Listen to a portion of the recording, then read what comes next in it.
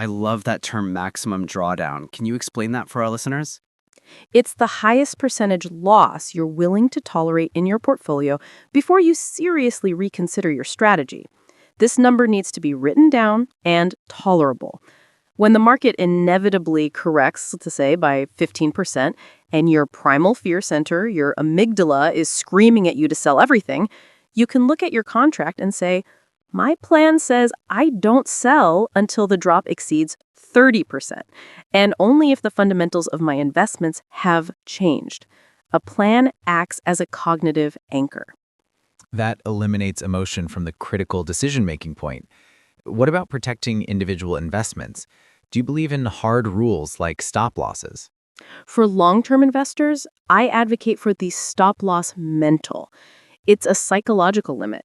If you know in advance exactly how much you are willing to lose on a single position, say 15%, you have given yourself permission to accept that loss if it occurs. It transforms the loss from a personal failure into a simple operating cost of doing business. This prevents emotion from turning a small loss into a catastrophe.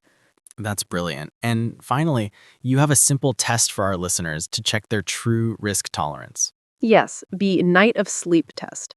It's very simple. If the prospect of your portfolio dropping by 10% next week would keep you up at night, your true risk tolerance is lower than you think. You must adjust your exposure so you can sleep soundly. An investor who sleeps well, Alex, is an investor who manages risk well. Also, practice dollar cost averaging, DCA. Automate your investments. It's a powerful psychological tool because it removes the temptation of market timing, which is another common and costly bias. Jordan, this has been incredibly insightful. If I had to summarize the key takeaway for our audience, it would be this. Success in investing isn't about avoiding losses. It's about knowing how to lose small and how to let your winners run long. It all comes back to discipline. Absolutely. The investor who constantly applies a methodology and acts against his most primal emotional instincts, that's the investor who wins in the long term.